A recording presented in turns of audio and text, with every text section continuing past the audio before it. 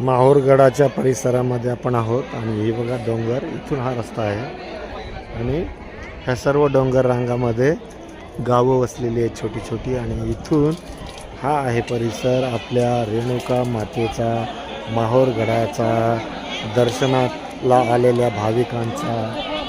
हे आहे महादेव मंदिर आणि इथे आहे बघा आपले मागणी मान्य करण्यासाठी बांधलेले गाठोडे, दोरे, नारळ आणि बांगड्या, हे देवीचा प्रसाद.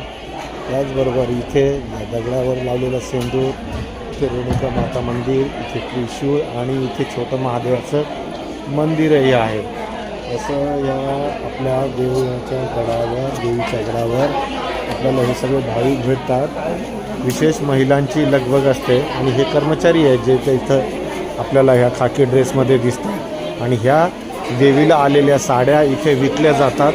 त्या आपल्याला मिळवण्यासाठी भाविक इथे थांबलेले आहेत आणि त्या भाविकांकडून देवीला वाहिलेल्या साड्या इथे मिळतात. त्या घेऊन प्रसाद म्हणून, आपल्या घरातली लक्ष्मी म्हणून, आणि लोक इथून हे घेऊन जातात. महालक्ष्मी मंदिरही आहे इथे, आणि त्यासोबत या साड्यांचा असा इथे लावलेला एक भाग आहे जिथे त्याच्या किंमतही लिहिलेल्या असतात आणि त्या किमतीमध्ये या साड्या मिळतात.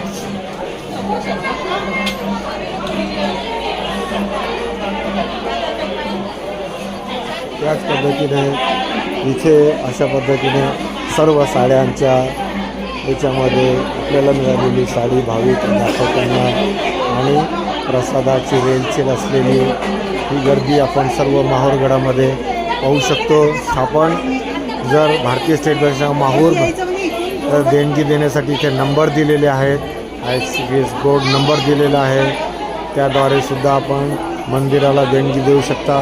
इथे नियंत्रण कक्ष आहे आणि या नियंत्रण कक्षाचे इथे भाविक भक्त दर्शन घेऊन या बाजूला बाहेर येतात. हा पुजाऱ्यांच्या गणवेशातला हा काही भाग इथे आहे, आणि इथे आहे रेणुका माता संस्थान माहूरगड कार्यालय. या कार्यालयात सर्व प्रकारचे कामं केली जातात, डोनेशन स्वीकारलं जातं. अशा पद्धतीचं इथं हे देणगी विभाग आहे आणि त्याच्यासाठीच ही सर्व सुविधा इथं उपलब्ध केलेली आहे. त्यासोबत इथे 24 तास कर्मचारी असतात आणि या काउंटरवरून आपण आपली देणगी देऊ शकतो, मंदिराला मदत करू शकतो.